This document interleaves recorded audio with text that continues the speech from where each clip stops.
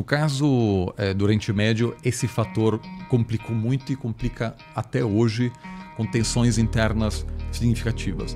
Além disso, criou uma espécie de maldição de recursos, que a gente chama, porque muitos desses países eles tinham tanto acesso ao petróleo que não precisam taxar suas próprias populações.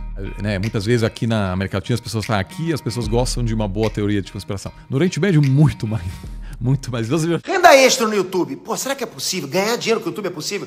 Sim, é possível, galera. Você conseguir uma renda no YouTube e ganhar 1.000, 2.000, 3.000 reais ou até mais, todo mês. A única coisa que você precisa fazer é seguir o método revolucionário que eu desenvolvi para criar canais de sucesso no YouTube em 2 dias ou menos, sem aparecer. Você quer saber como fazer isso? Aperta agora no botão Saiba Mais e descobre o que eu preparei para você. Você vai curtir demais. Te vejo lá. Conecta o que acontece no Oriente Médio ao cenário global.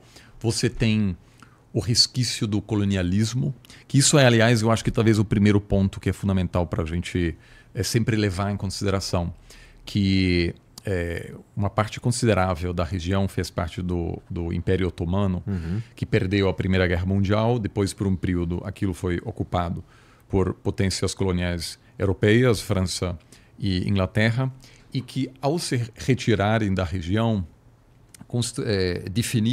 traçaram fronteiras nacionais que não eram naturais, por assim dizer, e construíram países muito fracos com tensões sectárias étnicas internas permanentes.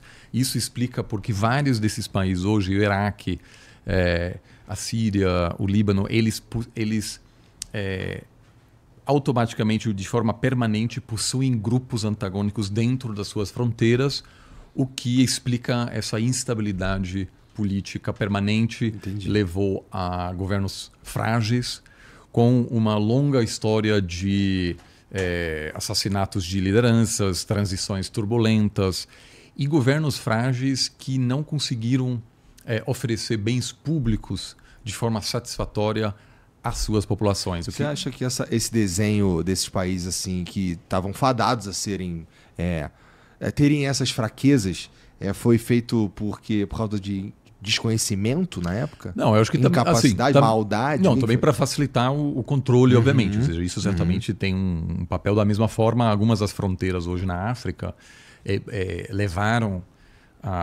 por parte das potências coloniais, levaram à criação de estados artificiais, que foi muito difícil para esses países porque foi necessário desenvolver um nacionalismo, de certa forma, artificial, construir uma narrativa que, para países que existem há muito tempo e onde existe algum tipo de identidade ou religiosa, étnica, o que for de idioma, obviamente acabou sendo mais fácil. Então, alguns países têm isso, que existem há muitos anos, o caso da Pérsia, ou atualmente o Irã, da França, que são países muito antigos e que possuem uma identidade nacional que não foi necessário construir.